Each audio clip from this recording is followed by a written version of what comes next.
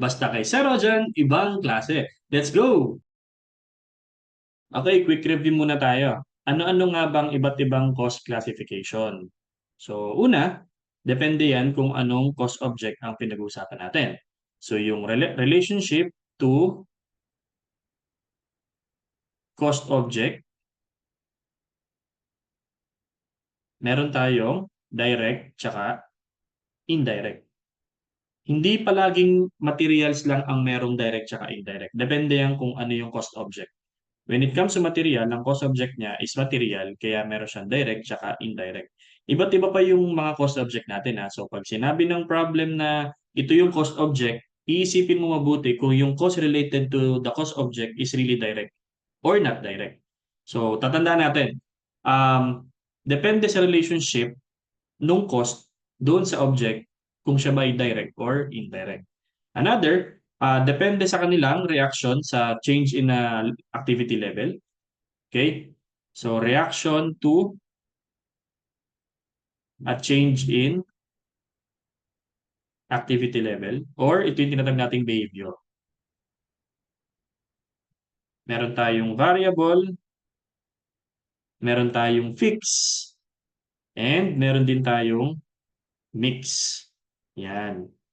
Mix kasi combination ng variable at fixed. So, depende sa reaction ng cost doon sa pagbabago sa isang activity level kung siya by variable, fixed, or mix. Kung variable, nagbabago siya.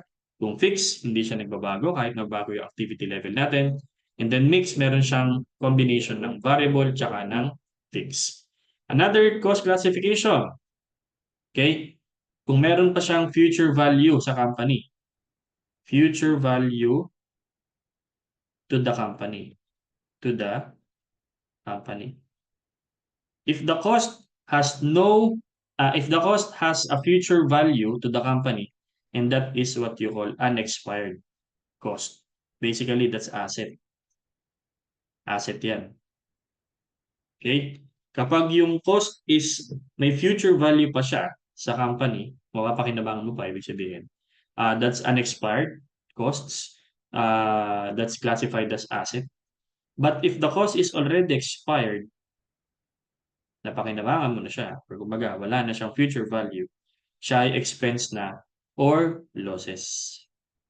Expenses or losses. Okay? And then, depende sa association with the revenue generating item. With revenue generating item. Kung yung cost is related sa isang item na nagge-generate ng revenue, kagaya ng inventory, then that is product cost. So that's inventoriable. Kung related siya sa isang item na mag-generate ng revenue, example, inventory, okay? Yan may product cost. Pero if the item is not generating any revenue, tapos may ginastusan ka doon, that is period. Diyan papasok yung ating selling, general, at saka admin.